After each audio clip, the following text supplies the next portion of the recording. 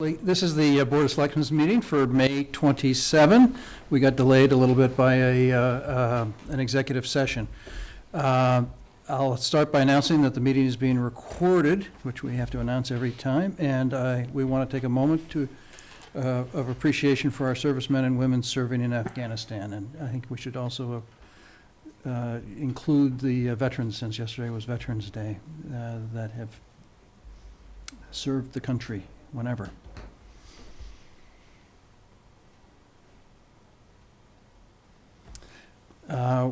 We have the State Hospital Advisory Committee here, Steve Nolan, Chair, to give us a status update on their being out of business, I guess, and what they're going to do next. We've been enjoying a brief vacation since town meeting. So this is actually, I think, our first meeting since the town meeting vote. And we have 10 members of the committee here. A few couldn't make it this evening, but we're here to answer any questions you have and discuss next phases of the state hospital purchase. We understand that legislation is still working its way through various committees in the legislature, so we're optimistic that it'll pass before the end of the session, although it's sort of out of our control right now. But the signs to me seem pretty good that may happen. So, I spoke with Representative Denise Garlick yesterday, and she told me that the state senator made the change in what happens to the proceeds that we all saw, that the proceeds are going to go to the DMH clientele instead of into the trust fund. right. And she thought that would have been made in any event in the House when it finally got there. But that makes no change in our side of the equation, so we don't care much. Right. Yeah, I don't think any of that affected us. So as far as I can see, we seem to have a pretty good glide path now, but we'll see. Who knows what happens in the legislature. And the state has actually peeled off Fernald State School in Waltham using the same partnership model. I think they're paying $3.7 million for about 200 acres. I think they're getting a slightly better deal than we did, but it is what it is. They've got an odd pricing system that they use. So I think that part of what we were hoping to do is we're going to look to get a committee created to look into what should happen to the state hospital site once the town acquires it. And so I think that we were hoping to get some input from you people who have spent a lot of time thinking about the process up there as to what sort of qualifications you think that we should be looking for that committee, and how we should approach it. I mean, we've got money to do a master plan for that from our budget at the annual town meeting, but any sort of guidance I think that you can give the selectmen on how to proceed at this point would be very much appreciated. Sure. I know there are a couple members of the committee I know who would like to speak about that in particular with some of their thoughts. Excellent. From my point of view, I mean, there are sort of two prongs to this that I see. One is the zoning approval process, and the other is an RFP process. In the original legislation, there was an attempt to create a 30B exemption, so we wouldn't have to go through the formal bidding process that you normally would with the disposition of a public asset, but that was rejected by the Inspector General. So unfortunately, that's going to handcuff us a little bit about the process we have to go through, but which means I think we have to be even more careful about how we craft our RFP to make sure that we have enough flexibility in it and enough of our own criteria in it so that we get a proposal, hopefully multiple proposals that address the desired redevelopment plan that we come up with. So I think those two things will occupy a lot of time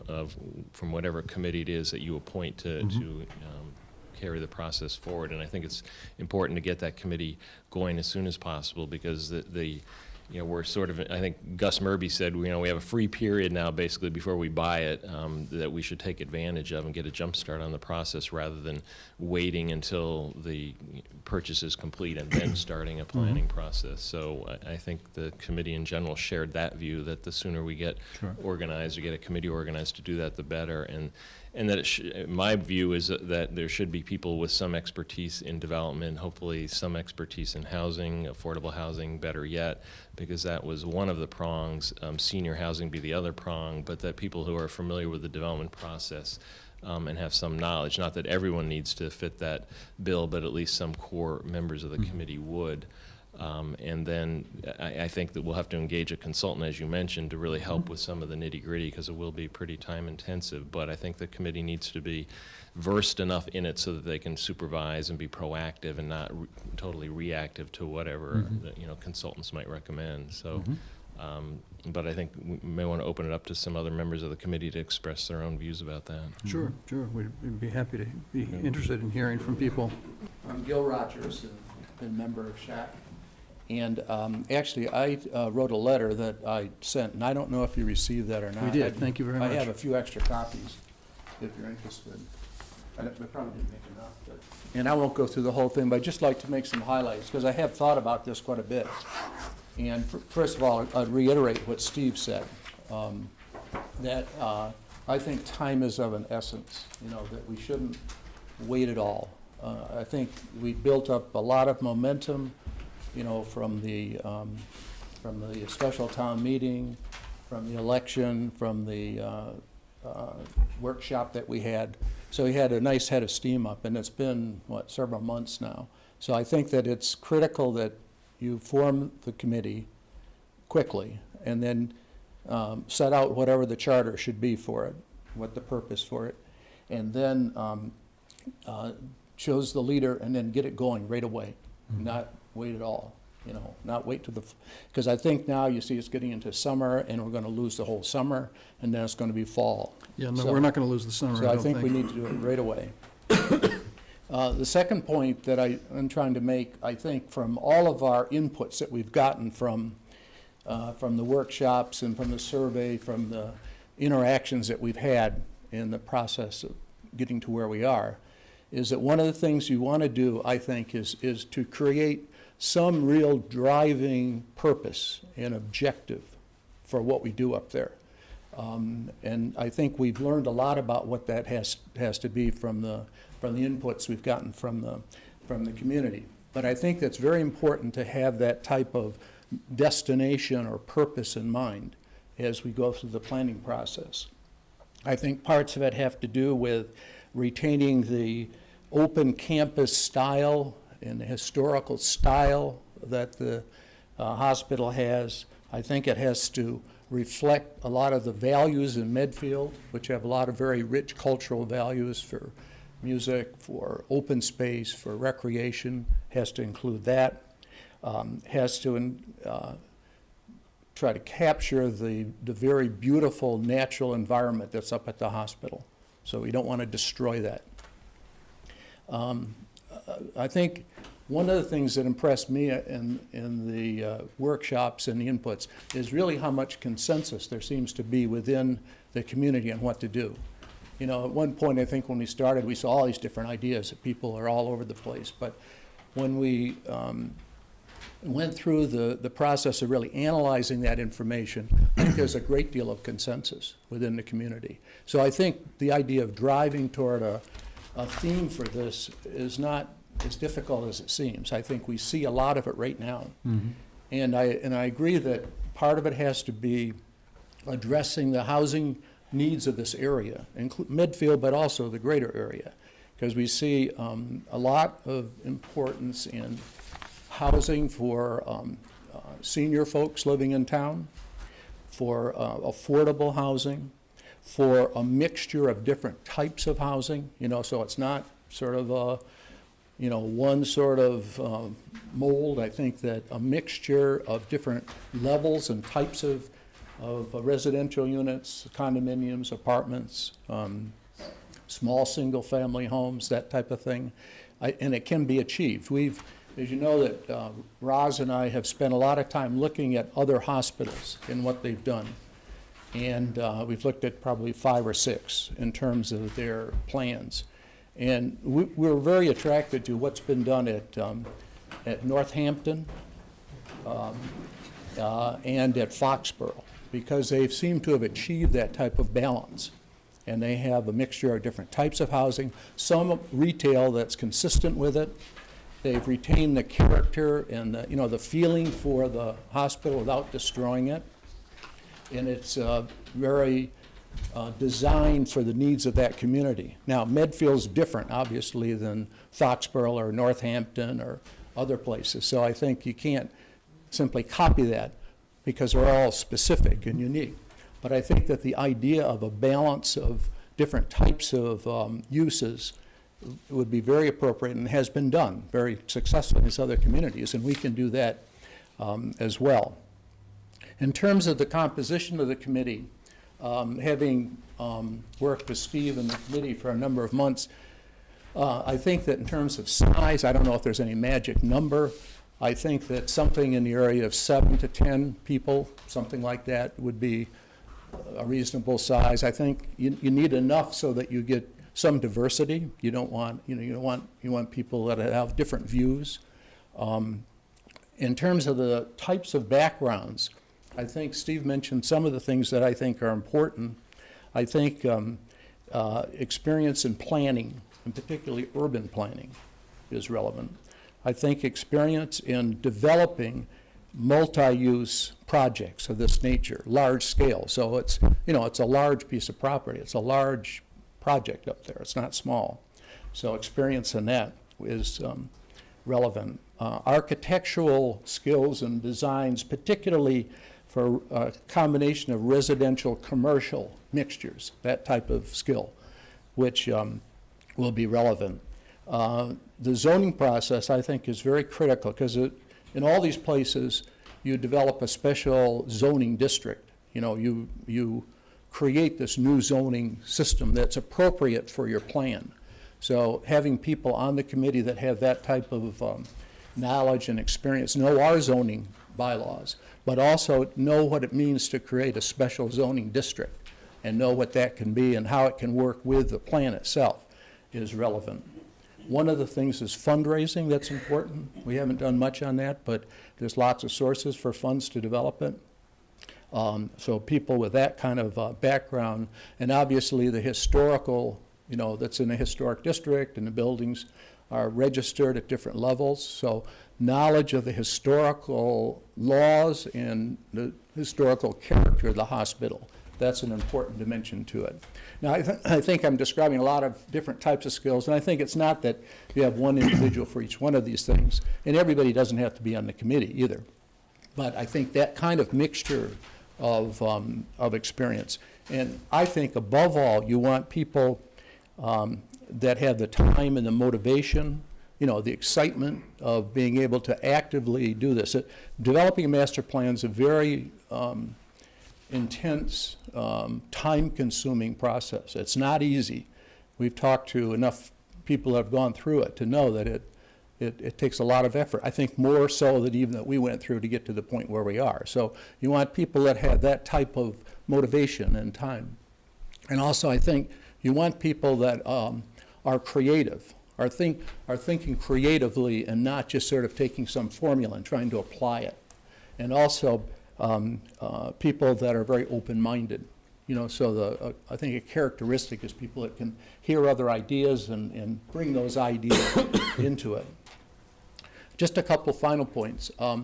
We met with Beth Murphy from Mass Development, and Steve and Roz and I had talked about that. She's managing the Northampton project and offered her assistance or her help just to come and meet with the committee. I think we felt that it would be more appropriate to have her meet with a committee that's really focused on the reuse. So we kind of held off in a sense of inviting her, but she would be able to come around. Mass Development actually may be able to front the cost for the development of the master plan. They did that at Northampton. So what their idea is that they will forward the funds for hiring a consultant and developing the master plan, and then they get reimbursed as the properties are sold off. So they get paid off basically over time. But I think that having her come in would be, I think, very worthwhile to us because she has the experience of going through it, and then she has the access to funds, and she has access to a lot of expertise at Mass Development too. Not necessarily we use them They actually took over the management of Northampton. They actually the ones were she is the overall project manager for it, so they took it over, working with the local committee and everything. So I thought that would be one recommendation. Then there's other, I think, town planners that would be very worthwhile to also invite. Sharon Wasson from Foxborough, we've talked about inviting her in. She's interested in doing it. And then we've been when we visited the Boston State Hospital, that's on the Dorchester-Mattapan border, right in Boston. They're doing a lot of very interesting ideas, too. And there's a name of a person that we have that might be another person to bring in, to get their expertise. So, and there may be others, too, but I just mentioned those because we've had some first direct experience in talking to them. And then a couple other things that I think we have talked about a lot before, but we need an assessment of the buildings. I don't know if we ever got the RFP going from before, but we have to know what the condition of the buildings are, and up to date, because the old Lozano-Baskin study now is what, over 10 years old. So a lot's going on in 10 years. I know we've seen some evidence of buildings, which has been surprisingly good, positive.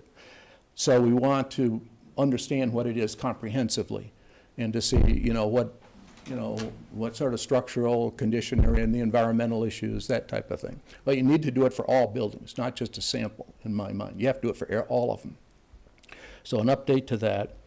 And then one thing that I think we've talked about a little bit, but one thing I'd mentioned to Pete, actually, is that at the town meeting there was this issue about what we do about other sort of adjoining property, like along Ice House Road, like Lot 3 along Ice House Road, or the old properties on the Hinckley, what I call the Hinckley property. I don't know, it's the old Hinckley farm. But one idea would be, just as a suggestion, is that in our planning, since that was really part of the hospital or adjacent to the hospital, at one point, that we include that in the planning. So you draw the borders to include those adjacent properties, being, thinking about how those could be used too. And that's obviously one of the issues for the town, what to do with that property. I think we want to encourage more input from our neighboring towns, particularly Dover, Sherborne, Millis. And I've had a lot of contact with people that have worked on the old reuse committee.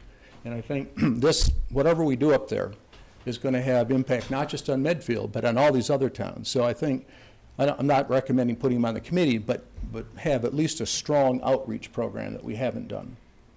And then finally, I think some of us were able to go down to Wentworth to see what what they're doing at the Wentworth Institute of Technology on in their architectural school. And I think there's, at least I got lots and lots of very positive feedback about the ideas. It's very creative. They're thinking of different types of uses for the hospital, like a culinary center, or historical, for history, and an art center, performing art center, things like this, for not the whole place, but just for like the Lee building and maybe some of the adjoining properties. And they're very, very thoughtful. They brought in a lot of different departments and things. So I would recommend that we continue that liaison. They're very interested in working with us next, over the next year and the next time period. And it's a lot of resources that you get for a low price. So those are some of the suggestions that I have based on just my experience with it. Thank you very much. Thank you. Thanks, Cal. Steve covered the main point about the urgency of the speed. I'm the warrant committee guy, so I'm looking at it as a cash flow thing, and the longer you wait, there's $250,000 going out to service debt, and there's debatable how much more, but let's say $500,000 a year goes out, and that's the price for extending our option to do something with it. This is a free year. We want to take advantage of it, and we need to be able to move prudently, but quickly if we want to be able to hold that price down. Do you see any other skills or professions not mentioned that you would add? I I think that the best thing you can do is find people that have the right technical expertise with a good, hard business sense to be able to make decisions. This isn't figuring it out, blank sheet of paper. We had the inputs.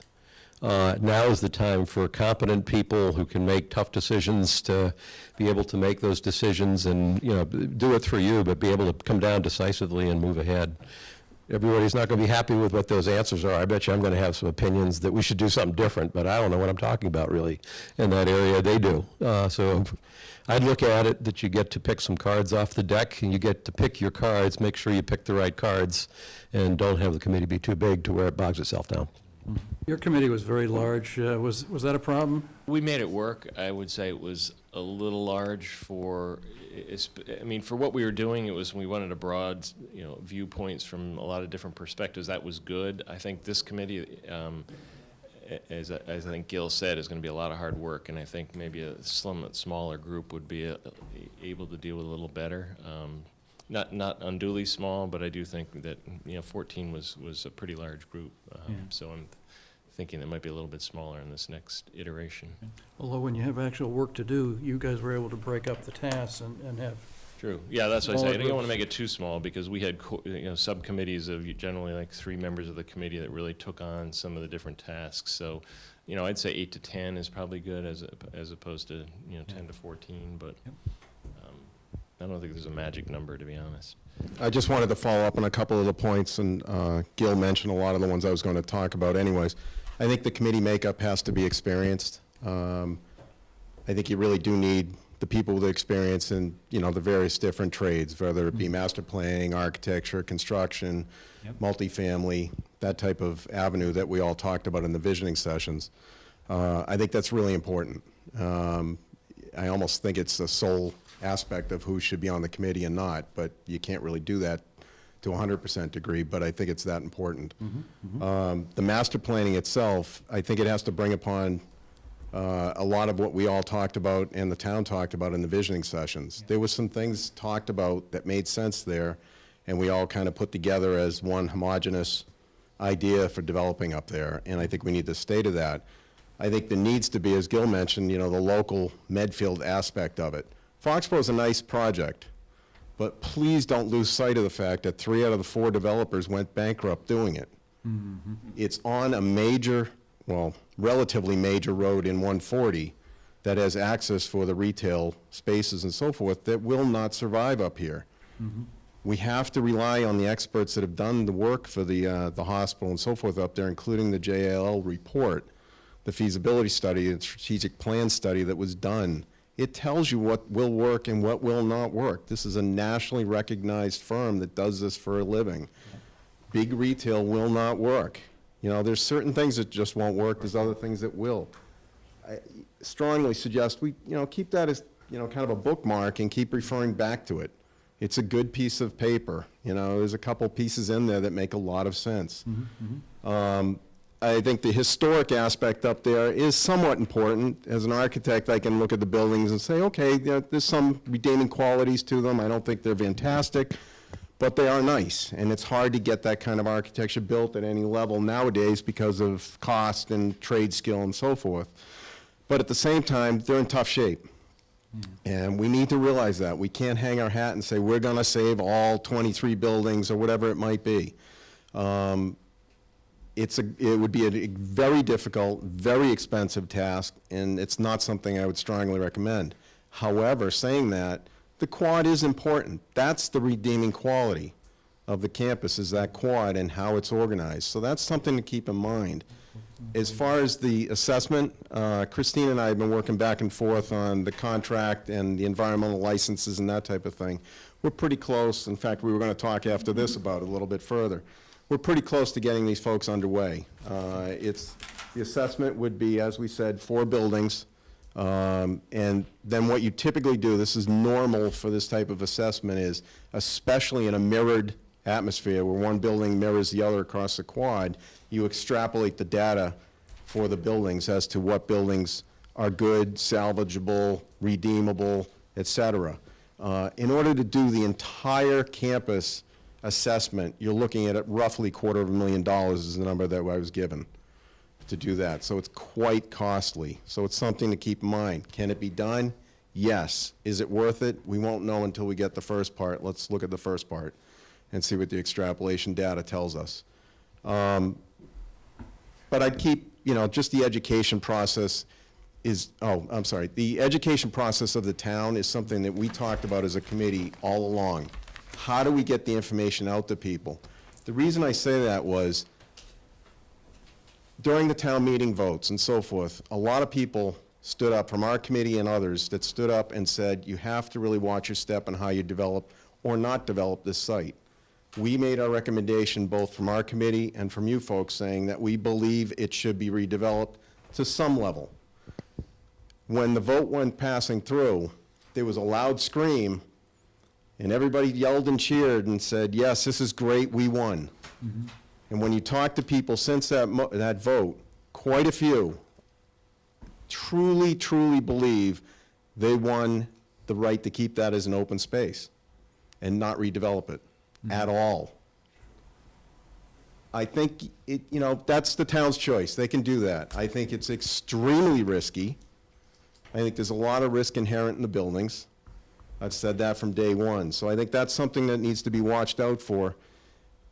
Additionally, as others have said, we're going to start absorbing costs very quickly on this site, whether it be for security, maintenance, repair of buildings, whatever it might be. Yeah. It's going to become costly as well if we don't, in turn, redevelop the site. I think the idea of our committee, at least, and correct me if I'm wrong, was the overall committee recommendation was, if we do buy it, we need to flip this site in some level, whether it be just, it really is just the core campus. It's not the sledding hill and so forth. Yeah. So that's something that needs to be really put out to the town and let people understand this. Another invitee that I thought of, we met with the town of Danvers way back, and I think it was the town planner or the town administrator, I forget which, town planner? She was extremely helpful to us, gave us copies of their local zoning that they wrote for that project up there. Now granted, that's all housing, but it was extremely helpful. She even offered to come down here and meet with us. We never got around to getting her down here, but she was very, very, very helpful and understood the process. And I think it would be beneficial to the, this committee, that committee, the selectmen. I think that's it. That's enough. Thank you very much. Oh, I'm sorry, one other, I'm sorry, one other thing. Scott Caldwell made a good point. He was adamant about it during the vote and during our committee. In order to get the local zoning changed up there and get a vote on what we're going to do, my understanding is that we need a 2/3 majority to make this work. And based on conversations with other people since the vote and so forth, it is going to be tough if we're going to redevelop it, because I think a lot of people do want the open space. So we have to be, that reinforces the point that we need to get education out there to the people in the town as to what we're planning and why, so that they can vote the correct way, let's say, instead of just leaving it open space. I think there's a lot of risk, but again, it's the town's choice. At this juncture, you've heard many points that I think we all would agree on, and it's terrific to make a listing of those points, as I see Evelyn doing over there. But we have to keep an immediate eye on getting this legislation through, and we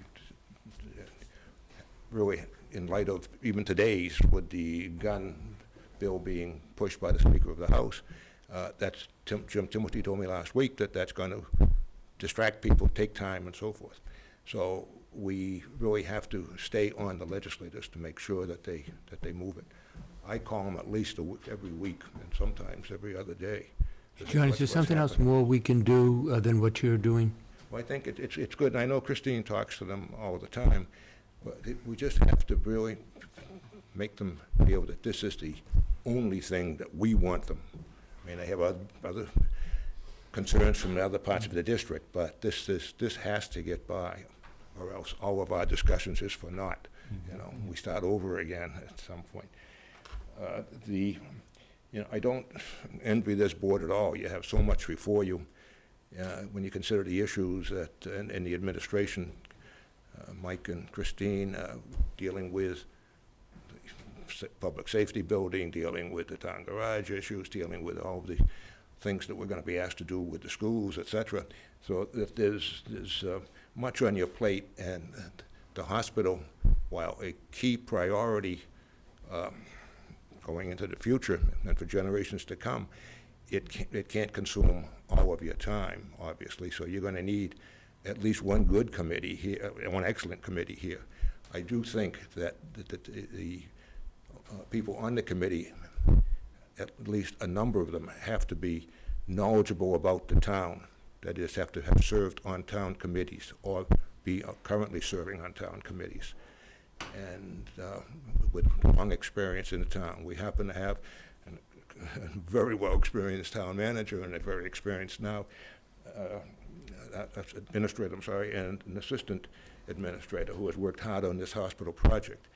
I would urge you, whether you appoint them to the board or not, that you could keep Mr. Massaro and Mr. Thompson deeply involved as resources on this. I mean, no two people, and thanks to Ann Thompson for serving so faithfully on that mediation committee as well, but they put in a full year of many hundreds of hours, and beyond that mediation committee, they were involved before. So nobody knows this hospital situation better than than John Thompson and Bill Massaro. So those, as far as the size of the committee, I agree with what's been said. It shouldn't be too large. On the other hand, it has to be sufficiently large to accommodate a couple of subcommittees maybe, and other charges that might be made. It seems to me that the Board of Selectmen really has to bring some specificity as to what the charge for that committee is going to be. That right now, it's if you're responsible for everything, you're responsible for nothing. So if the committee comes in there and is responsible for everything about redevelopment, then they ultimately are going to say, well, we couldn't consider that because, et cetera. But if you focus the charge and say exactly what you want to do and how you are going to proceed yourselves, what is your expectation as to timetable? What is your expectation as to how the town meeting is going to be involved in this? I certainly agree that what Mr. Caldwell has raised in the past is a concern that you may, at some point, we may, as a town, struggle to get a two-third majority at a town meeting if someone takes up the cause of keeping this open and taking down the building and spending the $8 to $10 million and just have open space there. That's not what I would opt for, but that's what possibly can be chosen, and the people might choose that, at least a third of the people. So that is a real concern. The question of timing, I heard the word prudence. I think that's certainly a commanding term in this regard. We want to do this right because it is going to in many ways affect the town and every department in the town, which leads to the whole coordination. And how are you going to, the committee going to coordinate its effort with the planning board, the Board of Appeals perhaps, Conservation Commission? So many committees and commissions come into play here. There's hardly a one, including the Code Revision Committee that we have working. All of these are in the mix on this redevelopment situation. The actual plan for the property, that's, of course, something to be decided on. I would hope that I've seen other hospitals when they've been redone. I would hope that there would be some concern about respecting the prior use of the property. In other words, have some kind of a memorial to the people who spent, in many instances, very tragic lives there. And on the other hand, the people who served them so well. So those are some of the points that I would bring to your respectful attention. It's a very, very serious undertaking to look at that 134 acres. Actually, we're really primarily looking at the acreage up there, the 93 acres up on the hill. But we have to have regard for the neighborhood that's already existing up there. We have to have a concern for the environmental aspects that, there's an aquifer there. There's all manner of other concerns that we have because the state DCR is not known for keeping its property in great repair. So there'll probably be concerns about what we do once it is remediated. Then over the decades, what's the town's role going to be in seeing that it doesn't fall back into what we saw the cemetery fall into great disrepair over time. So that's largely points that I have put down for my own concern. I think this committee had differing views on many times, but it came together and worked well. The town meeting action shows that the townspeople definitively wanted to buy the land, but the consensus, if there was one at the visioning, is not necessarily one that's going to wear well through really the many months ahead. And the concern that there may be opposition at a town meeting, I've heard it voiced by other people who are very familiar with the town, that it may be hard to get a vote through a town meeting to, so we should indeed educate the people that the town has these needs to do something about its 40B. We have something, we need to do something about people in line and generation behind me fleeing the town because the costs are quite high, and frankly, you don't need a 4 or 5 bedroom house when you're 80 years old. So it's there's a temptation to sell the house and move on. And we would like to have the people who have spent their lives primarily here, or maybe all of their lives here, have some place to go. And right now, I know people in town who are moving, who have been here all of their life. And it's just kind of sad to see them go. And they would stay if there was a place to turn to. So, John, can I ask, I know you had put an email out, I don't know if you maybe just want to comment on, because I think it ties into the whole issue. You had suggested, actually almost the second committee that would deal with funding and other such issues. Do you want to just mention that briefly? well, I think there might be another committee. I mean, you have, on this committee, as a result of the work that has been done through SHRC and SHRC, you have excellent consultants in the law and in the environmental area, and you have people who are so well informed as Mike and Christina with regard to the hospital. But as far as fundraising and following where we might get some resources, I think you really need it. I understand that there are a person or two in town who work in development and know where streams of resources can be found. You know, it would seem to me that someone should research not only what the mass development, but also what the congressman, his office can put us on to as far as the federal money, possible federal money. And I'd look to foundations and environmental conservation groups that would see this, and that might mitigate the expense that we would incur, might keep more open space up there. I certainly think we should, if someone said involve the towns, maybe, I guess it was Gil, said involve the neighboring towns. When we had Dover, Sherburne, and Millis on that former hospital committee, they were very helpful, and it was good. They would take back news to the towns, and we had a good feeling of coalition. But I don't know if that answers your question, Mr. DeSorga, but I think you need a professional look at, there's only so much that Sarah Raposa can also do as the town planner, but obviously she should be involved deeply in this hospital situation. Thanks. Thank you very much, Mr. Harney. John Thompson from Shirk. I just want to give a very quick update on the cleanup plans for this summer. The bids are due back tomorrow for the cleanup work, and so they should start working next month in June. They have their permits in hand, and they're ready to go.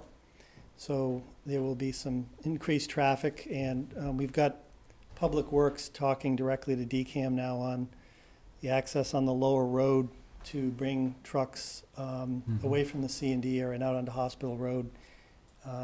There's also some coordination between Public Works and DCAM as far as their water line works in Hospital Road to make sure that the two projects aren't overlapping and that trucks aren't backing up behind the rail line that crosses Hospital Road to get out onto 27. The egress route will be from Hospital Road onto 27 and then down to the corner here at Dunkin' Donuts and out 109 to 495. My thoughts on the committee work is you have a master planning committee, but beyond that, there's, I think, two other committees that you may need to consider. One is a public safety committee that involves the police department to ensure that the grounds are maintained during this time period in which they're discussing the P&S with DCAM, and for whatever period of time the master planning committee is doing its work. I have been able to gain a lot of insight just from talking to the guards that are already there. I know the building that on a moonless night is the most frequented by kids to have their parties on the roof, and other nights in which they are more active. And I think that needs to be passed on to the police department so that they can work up some ground rules for looking at the property and keeping things under control there.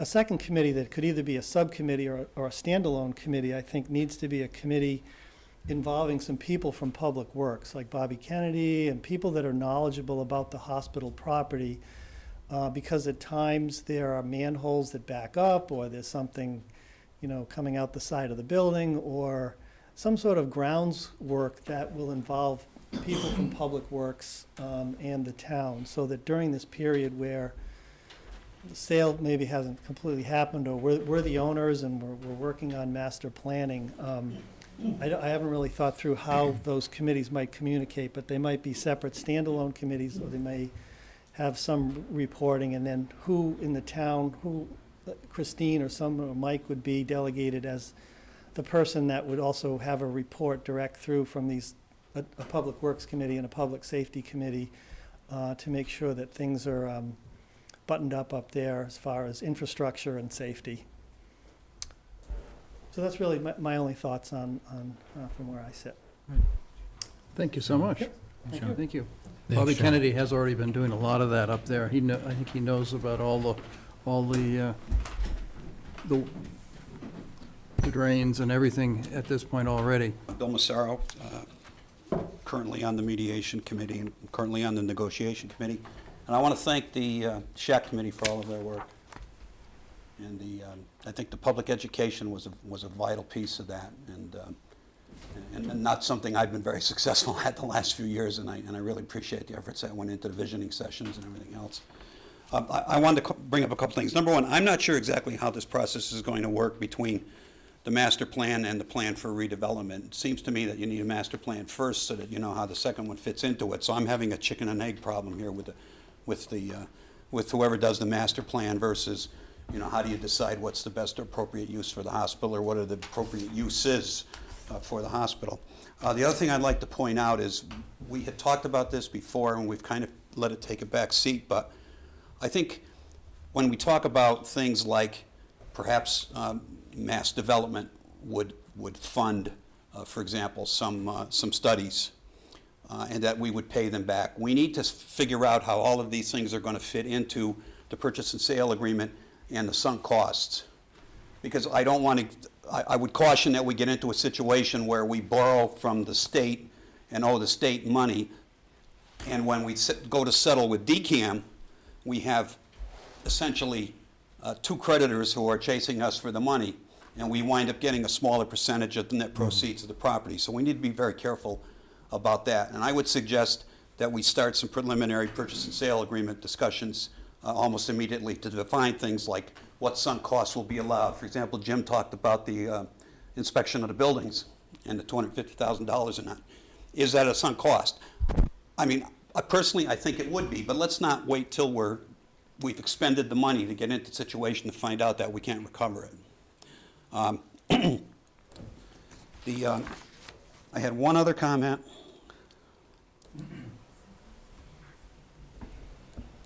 I think. No, actually, I think that's it. Yeah, no, short for me.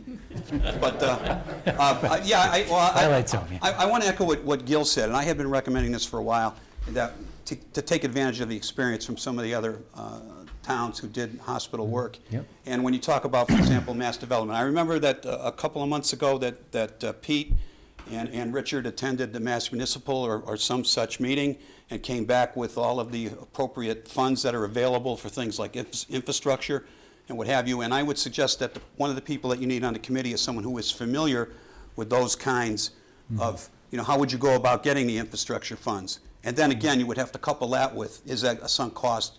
How do we, resolve the issues on the sunk cost versus loans from other state departments? Also would mention that I think Northampton receives significant monies for demolition, and we shouldn't lose sight of that as well. That may be a way to get rid of our demolition costs. I mean, I'd much rather owe the state, I think, probably, than have to negotiate with a developer later on to say we want more money for the property because we took down all of the buildings. So that's all I have. And I want to thank the committee again. Thanks, Bill. Alex Stevens. So having come to the game a little bit later than a lot of the other people, my insights are limited in terms of their time span, but I think what's important is that you can have a committee that has got all the expertise that was mentioned by previous speakers in terms of master planning and development and the finances, but at the end of the day, it's got to come down to the vote at the town meeting, and so there really needs to be a parallel focus, I think, on engaging the people who are going to be making that vote, so that when they see the plan, they're already aware of what it is and they're not voting sort of on their preconceived notions they may have now, but they're already lined up in favor of a plan, so that if it's the zoning that needs to be changed or if it's appropriations that need to be made, that there's that parallel track of getting people's input and sort of considering the experience and the voice of the people who are going to end up using it, living with it, paying for it over time, that they're adequately represented. So I'm not exactly sure how that would be gone about, but I think that's equally important to all the expertise that's more traditionally aligned with the redevelopment process or master planning process. And I would also like to echo Bill's sentiments in thanking everybody who's put all their work into this so far. I think we're at a pretty distant point from where we started even recently. And even when I started, we've moved quite a ways, and compared to people who've been involved with us for 10 years or even more than that, my involvement's pretty brief, but I think that they would say that the progress that's been made in the past year and a half has been pretty astounding. So let's keep up our momentum. Thanks, Alex. I'd like to echo a lot of things that have been said and thank everybody who's here tonight and several of the people that aren't here for all the work they've done. I think we're kind of entering a new phase. We've been lucky that all of these people have been willing to do the heavy lifting and do a lot of the work that normally would be done by professional consultants. But I think we're at a phase now, somewhat echoing what Gus Murby and Steve were saying, that where we need to move quickly, and you can't rely on people who have to go to work every day to make a living to continue at the rate that's going to be necessary over the next year or two. I think you've got to rely more on professional consultants who can come in and take direction. I think the role of the new committee you're going to set up is more to give direction to the people you're going to hire to do the work rather than to do the work themselves. And I think that's critical if you're going to keep up with a timetable that seems to be necessary to get this stuff done. Mike, what is the money available we do have for, We have under 100 existing budget? We have 175,000 that was appropriated, about 25,000 we're talking about for finishing up the supervisory work of Shrek. Shirk, I get them mixed up. Shrek? Yeah, same as. They all sound like movie titles or something. And the other 150,000 was contemplated to do sort of building evaluations, master planning process. We also appropriated 150,000 at the special town meeting to cover the maintenance costs of the site for a year or whatever portion of the year we end up owning the property for, so. And then There's also balance from this fiscal year. there's some left. There's some. this year. I actually just processed a number of bills today, so that is, it is dwindling as we go along. I know. Somebody's got to bring the beer. Was there anybody else from the committee that wanted to talk about, share your experiences as to what you've learned along the way, as to what might be helpful going forward? When we went for the legislative hearing, we met the guy who wrote the reuse plan for Northampton State Hospital. He was running the committee meeting. He was one of the co-chairs of the committee. He was a House member. I didn't get his name, but maybe that's why they got some money for demolition of the buildings in Northampton. I know that the legislature also gave Rutland money. They gave them, they went out and demolished the site for Rutland, where Rutland State Hospital had been, and that was a first-term state legislator, they told me years ago, but I doubt that type of money's around any longer, unfortunately, but we should certainly be looking for it. Put Denise Garlick on the committee. Yeah. Well, I think one of the things when we do that is not to lose sight of the amount of cleanup we got, in part to the mediation committee who worked to get the cleanup that was going to be passed Yeah. on to the developer, and we know Yeah. ultimately would have been passed on to the town, so, you know, there's a price to that as well. Absolutely, and there was a price. I mean, John Thompson worked endlessly, slavishly on getting that cleanup for the town, and Thank you, John. 10, 20 hours a week for a year. I don't know if your wife has the same sentiment, though. Wait, you're married? We spent a lot of time together. I did call Sarah Raposa this afternoon and asked her what she was looking for to work with her, and I mean, she's not looking to do all the work of the master planning, but the thing that jumped out of her mind, out of her mouth, was people that are willing to do work. And that's what she really appreciated from the State Hospital Advisory Committee, that there were a lot of people that did a lot of work. And the town got a lot of bang for our buck out of you guys, so thank you very much. Mark, do you have any? No, I'm set. No, I just want to, again, just thank the committee, and there's just countless hours, and you're away from home, and you're away from your family, and you got us up to this point, and without that, we would not even be here, so it's to your credit, and I think John and Bill and others talk about future generations, and I think we look back and with pride, you guys can say you got us to where hopefully we will be, so thank you very, very much. Thank you very much, really, very much so. We do owe you guys a big debt of gratitude, so thank you. I have to get out more because I haven't been hearing a lot of people wanting to keep the hospital as open spaces. I think if that's an interesting issue, if that's in fact out there, because of the fact that the town government people are virtually unanimous in the fact that it needs to be developed and that we need to do it as quickly as possible. And that was the basis on which we decided to buy it, so that it would be very interesting if the town residents were at odds with the town government, but I guess that can happen. Sure. So in terms of our next steps, we have a number of people that have submitted requests of interest to be on this committee. We should probably think about other people that maybe we should ask. Ken, I see your hand going up. Do you have some? I hadn't been asked to submit anything previously, but if you need a financial guy, I'm glad to continue on. Excellent, thank you. We were going to look at, I think, at the people that had submitted an interest, and we've got maybe like 8 or 10 that I think have submitted expression of interest, and then we were going to think about if there are other talents in town that we wanted to really specifically target and try to ask people as well as seeking volunteers.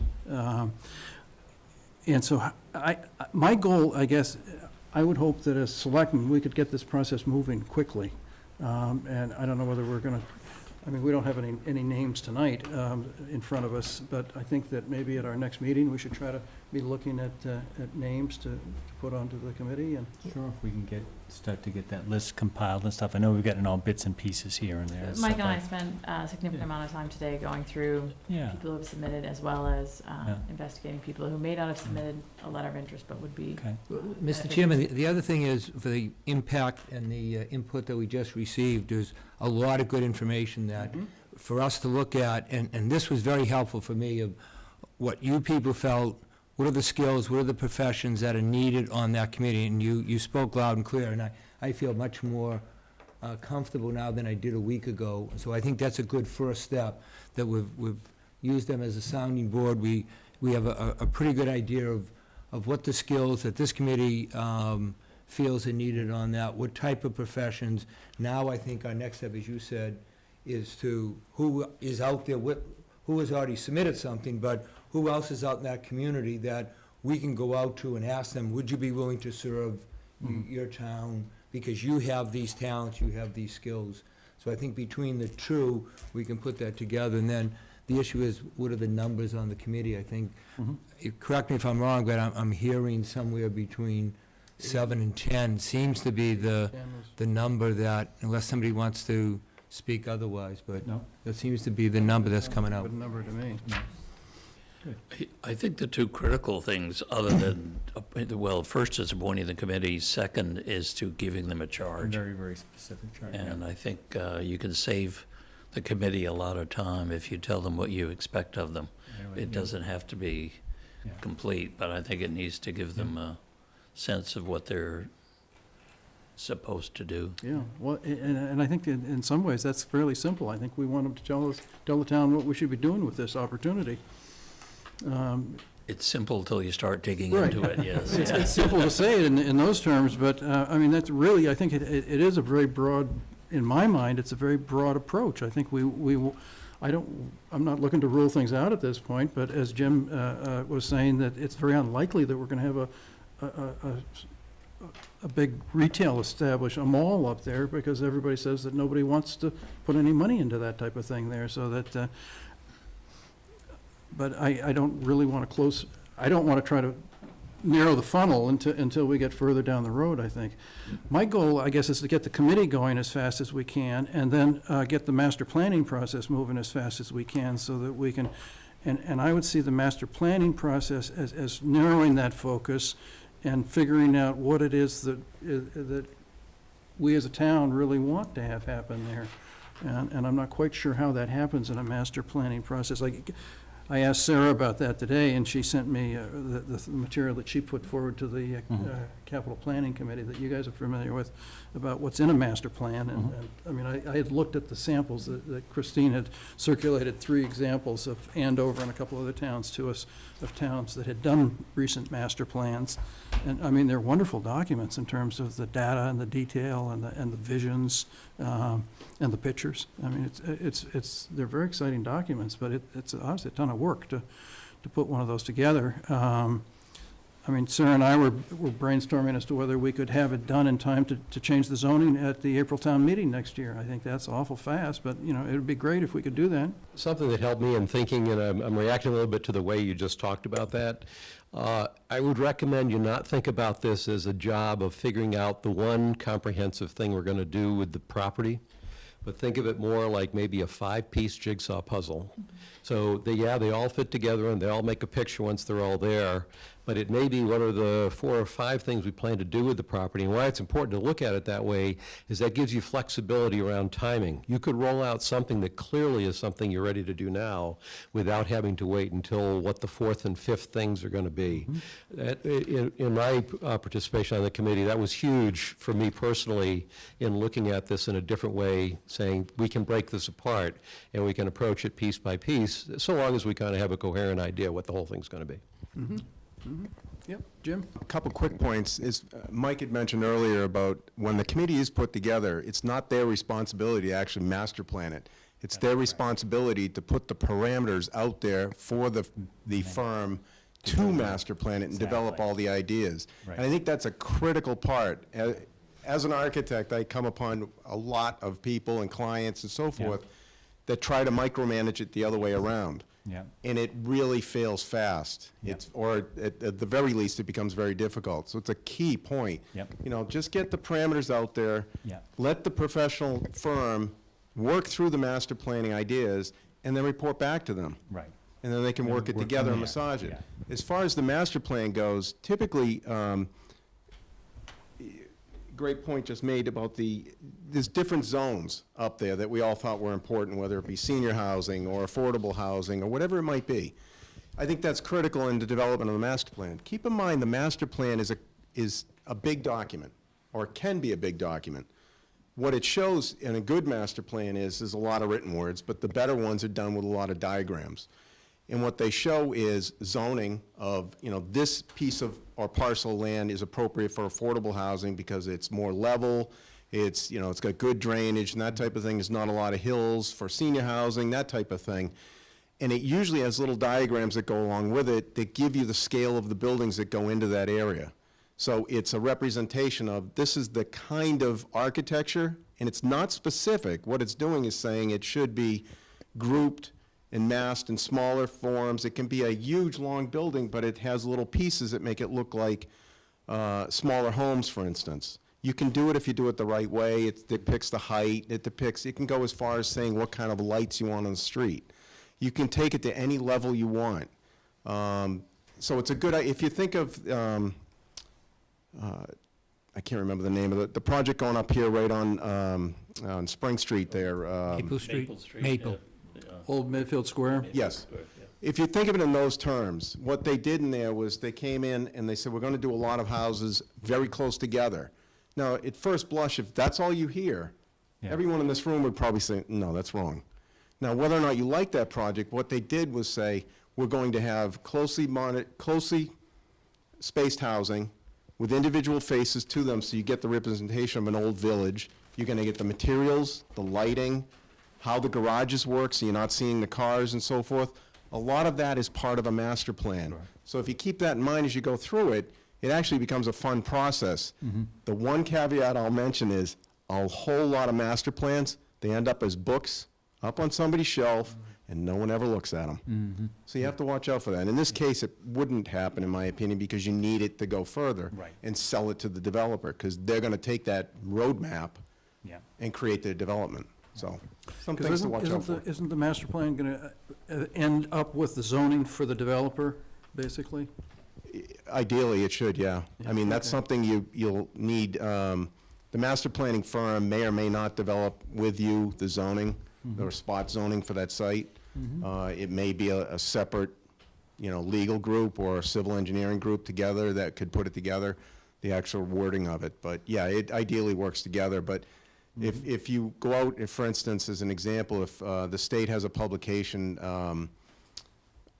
I forget the specific name, it's How to Succeed with a 40B Project. Now, everybody thinks 40Bs are awful, and we're probably all amongst that.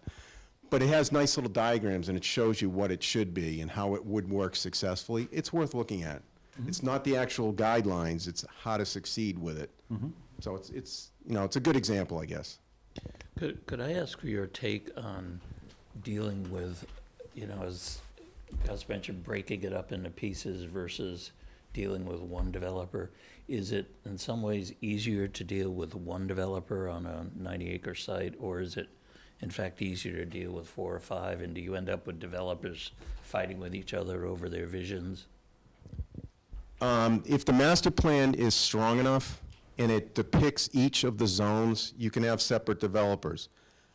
However, on a 90-acre site, it sounds like a lot of land. For most projects nowadays, I'm specifically thinking of like mixed use and housing and so forth, 90 acres isn't that big.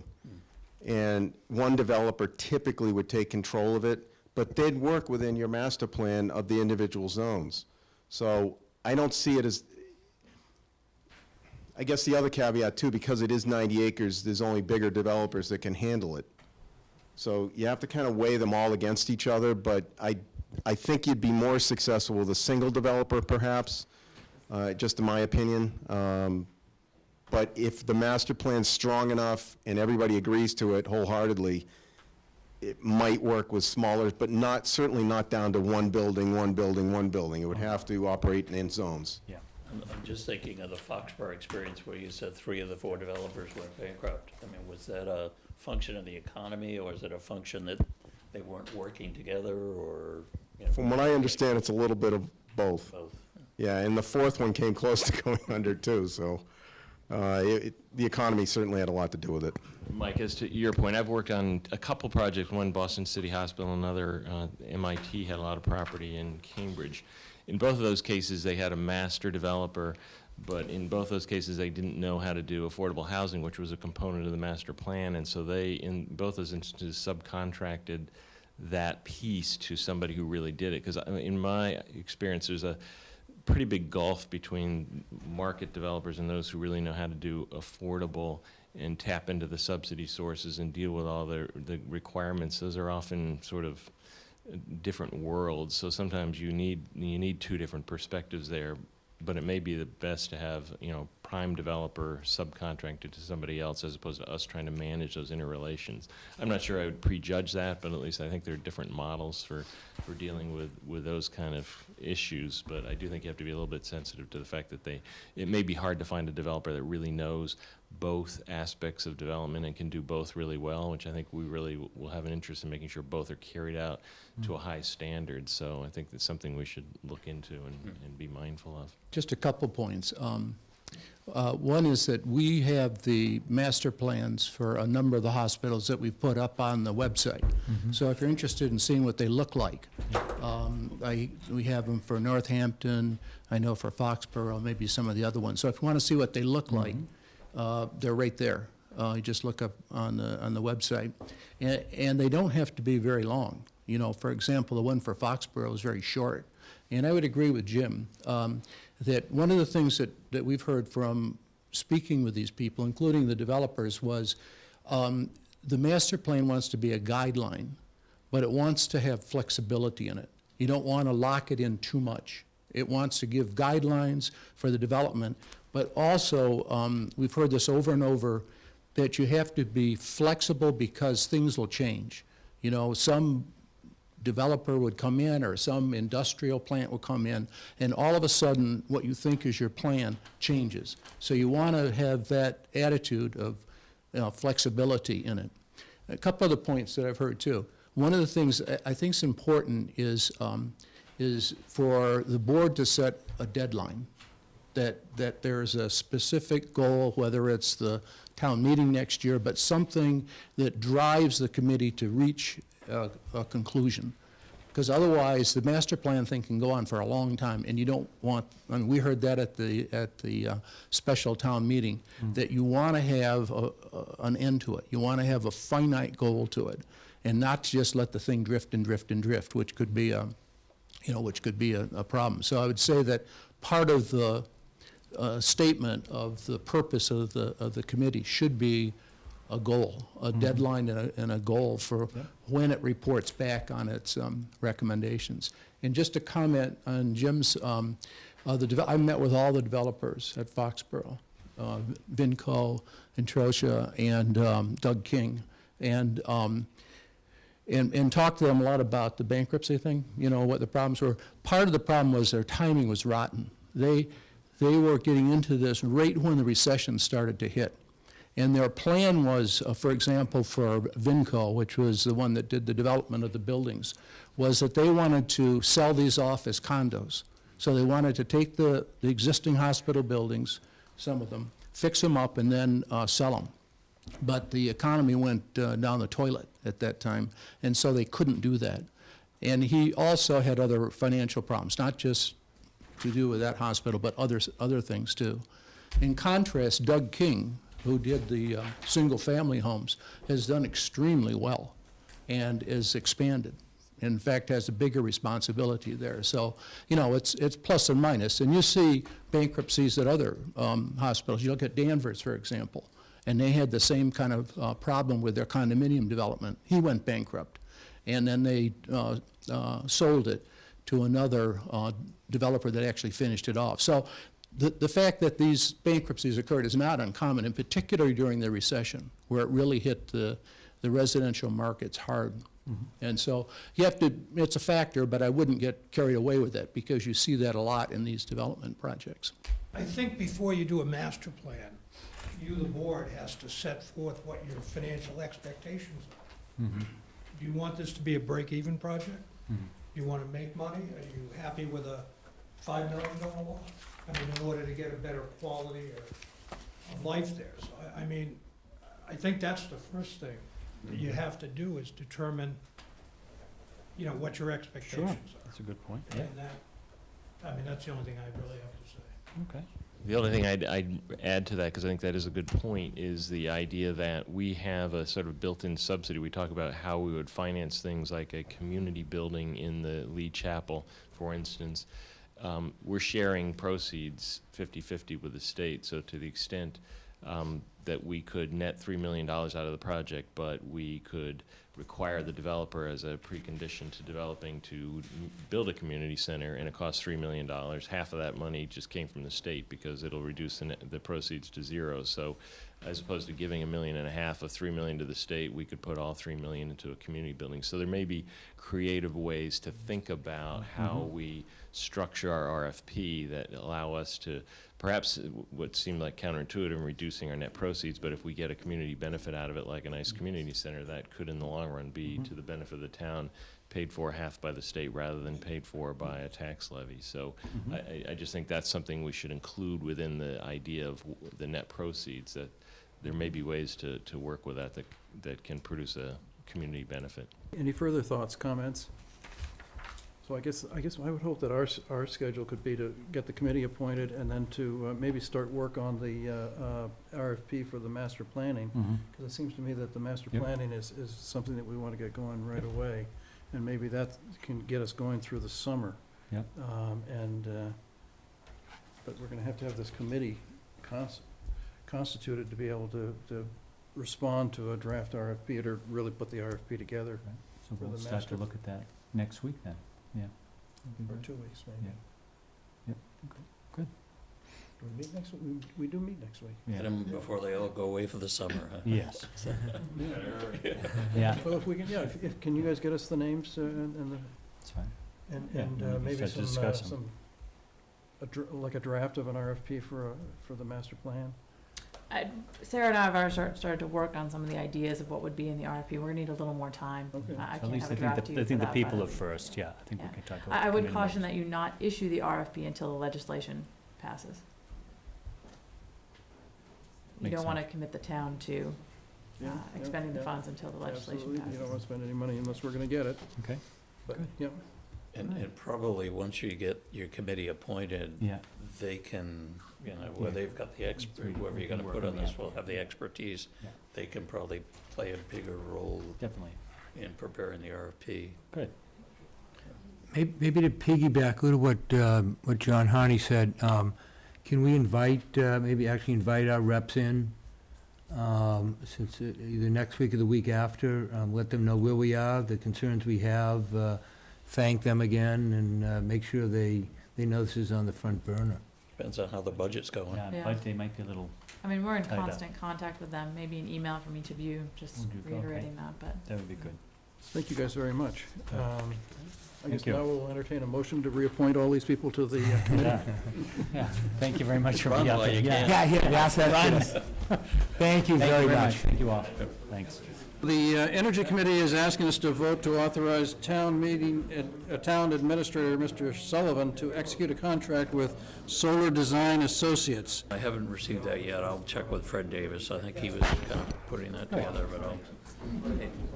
I think that, did that get circulated or not? Did you guys, Yeah, I read that, Richard, yeah, and- $5,000, yeah, Yeah. $5,000 contract, right, it's in here, yeah, Right. for the, did you get to see that, Richard? No. Oh, okay.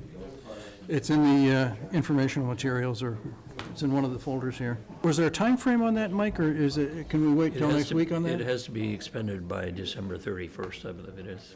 So it doesn't matter if we wait a week on that? No, no. Okay.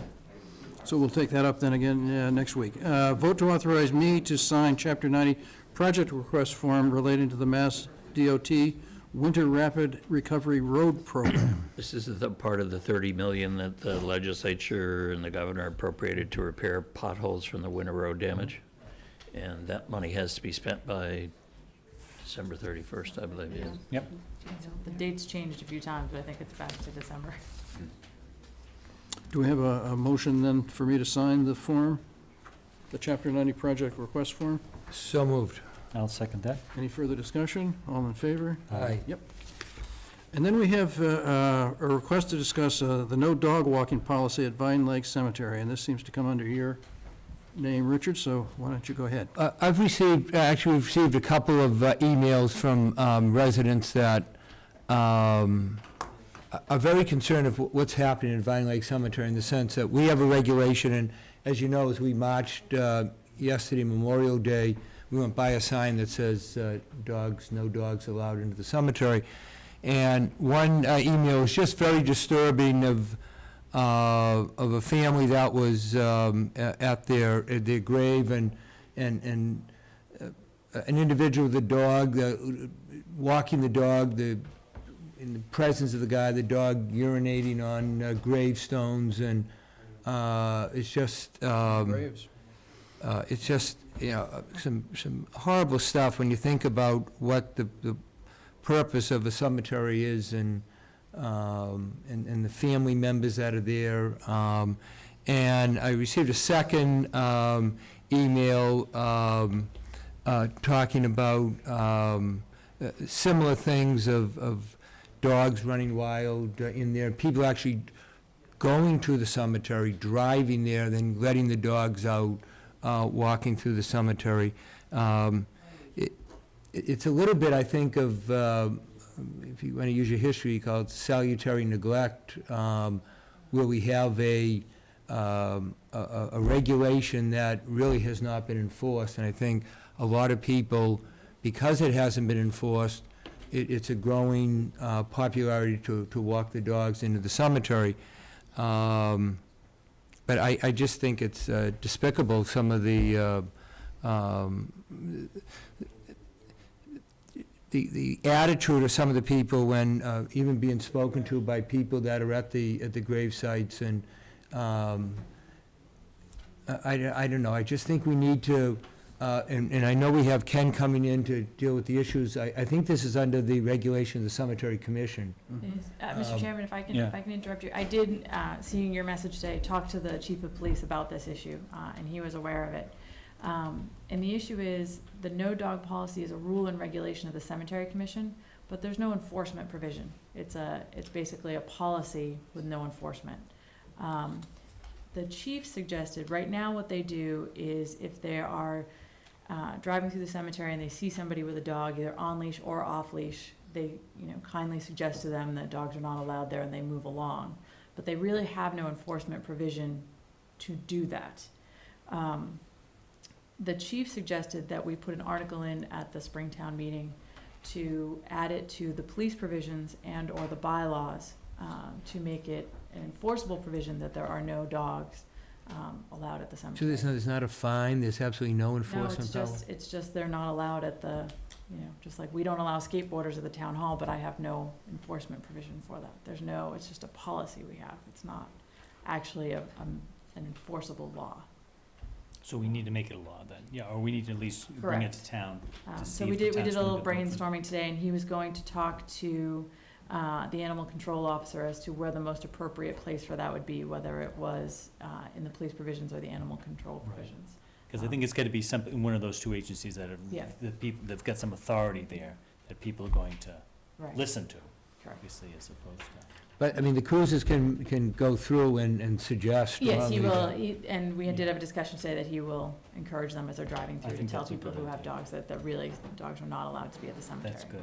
Yeah, But there is no fine provision or any provision at this And point. it is getting to be a problem all over town, I'm not just a cemetery, and, you know, unfortunately, probably 90% of the people Mhm. are responsible in the way they handle their dogs, but you got that other 10%. They're arrogant, infuriating. they don't give a darn. They just don't care. Mhm. And if you say anything to them, they bite your head off, you know? And those are the ones you gotta go after, because it's all about themselves and their dogs. You know, we have a problem with the soccer fields, where some people will let their dogs go on the soccer fields. You got other problems where, you know, they go down that dog walking area on the other side of the tracks in the Wheelock School, and they don't pick up after their dogs, or they'll walk up the street and they'll leave the load on somebody's front lawn. Yeah. I think most people are conscientious and would like to do the right thing, but not everyone, unfortunately, and I guess for those people, you do need the fines. Right. So I think at this point, having, the police chief and I can work further on coming up with an article at Yeah. town meeting that would take the policy of the cemetery commission, actually make it an enforceable provision of the bylaws. And then maybe if they can place a little more emphasis on patrolling through there, I Correct. think that would be a big help in the meantime. Because that's probably the only people that anyone's gonna pay attention to, obviously, is a police officer. Everyone else is just gonna be whatever. Right. Yeah. Is there any grounds for impounding the animal? I mean, if you probably would just have to impound one dog, and then you change a whole There's- raft of behaviors. The police have no authority to impound the dog because it's a policy, not an actual law that they Even would though be you're able to breaking a town enforce. policy. Yeah, Hmm. there's really no enforcement. So that would have to be part of the, you know, whatever, what are the provisions for that, the penalties for that, I guess, would have to be part of the Yeah. warrant article, right?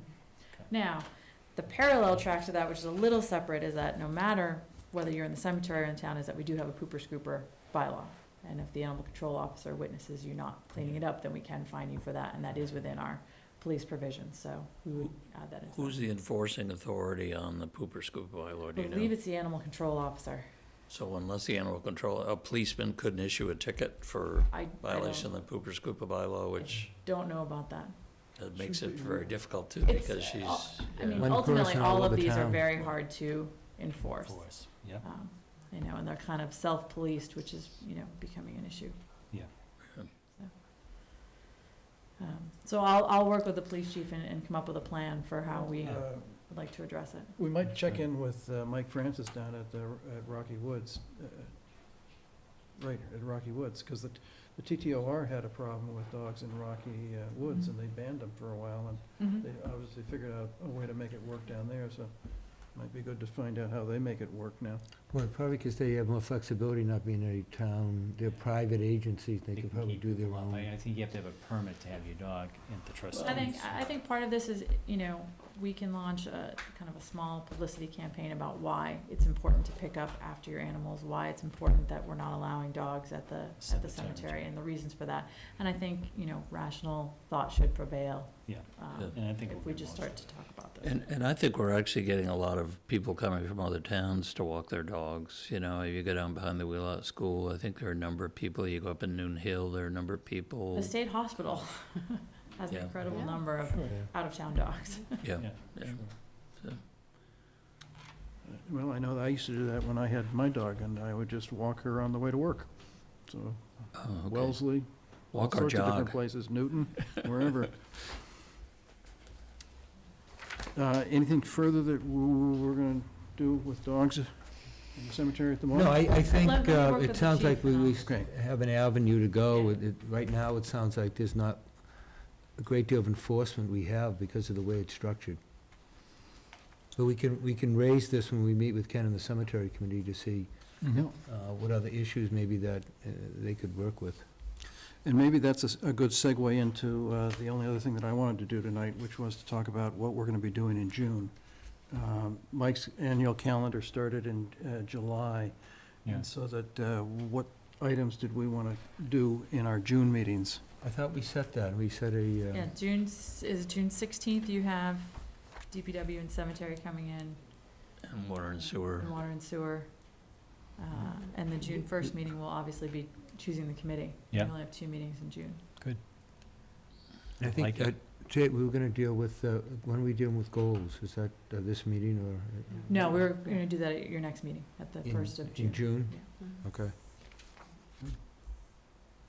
All right, and then how about our evaluation of Mike? I We- think we when had you a started date on talking that. about the goals, we were going to start It's like doing in that. July or something. I think that We was. were doing I goals think you wanted first. to, Pete wanted to do it earlier or something, but then I wasn't here last week, so. Yeah, so Yeah. I think If you wanna you do can it, move yeah. it to the first meeting, next Tuesday's meeting. If you want to do it next, yeah, Tuesday, that'll be fine. What would be yeah. good is if you guys could circulate materials to Yes. us so that we could work on it. I did look, I couldn't find any goals for 14. I did have them for 15 that Good. we would adopt it, but I couldn't find any for 14. I think we talked about it, and we never actually voted them in for Okay. 14. Okay. Well, I remember you circulated something last year, but I just couldn't find my copy of it. So, So if you do find anything, if you could just forward it to me, it'd be helpful, yeah. Can I just get that clarified? Because originally, I think we talked last meeting that we're having discussion of the FY15 budget and the town administrator's goals. Evaluation was on July 15th. You want to move that up? Is that what you're saying? Well, I think we're going to swap it because the cemetery, Ken couldn't be here on the 3rd, so we're going to swap that with the Yeah, I thought we had it on July 15th, that's why. the town administrator goals. Yeah. You did, but I think Evaluation. we also had, the cemetery and water and sewer coming in on the 3rd. And That's a, that's, I'm just, why don't we just keep the town administrator's goals on the 15th? if Sure. we have- That's fine, Sure. sure. Okay. And we just move the selectmen's one, then it doesn't matter when Ken's coming in. fine. All right.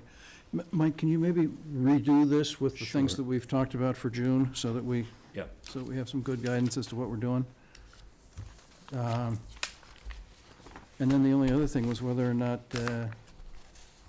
Mike, I guess if you wanted to talk about the Board of Health letter to the trustees of the reservations about the mosquitoes? Well, I just want to fill you in. I did go to the meeting last Thursday up at Rocky Woods.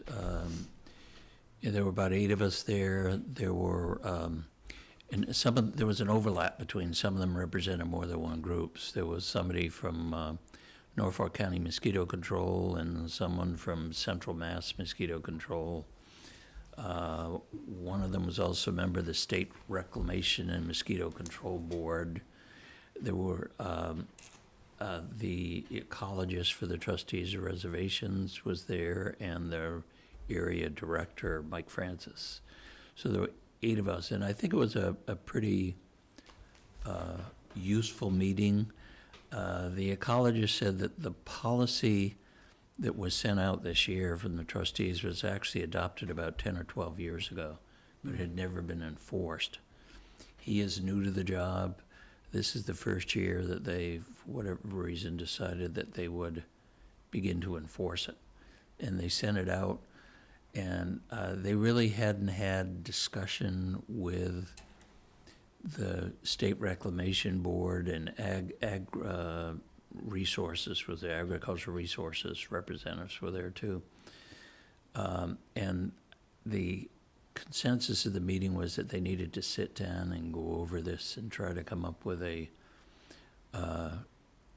what makes sense. For example, they didn't really have an understanding that the larvicide was very safe. Yeah. Really was only harmful to the insects the mosquitoes you're trying to kill. But that if you didn't use the larvicide and there was an emergency, the state declared emergency, they could overrule the trustees and apply insecticide, which does raise it to another level of concern. So I think they were going to take that back and see if they could sit down and come out with a policy that addressed the various interests. Now, they said for the initial larvicide application, it's too late. you would have had to put it down about 3 weeks ago.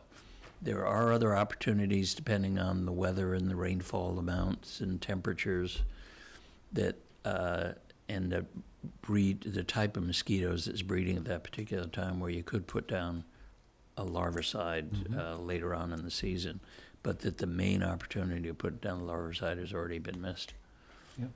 But they are gonna go back and get Look at together review and their try to policy, come up yeah. with something that makes That's sense. good. Well, that's good. Yeah. That's a good At least they're positive talking. start. That's great. Yes, yeah, No, that's very good. Good, yeah, I thought it went well.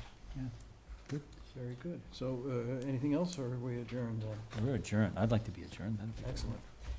This program was made possible through the generous support of your Medfield friends and neighbors, folks just like you. And thanks for watching.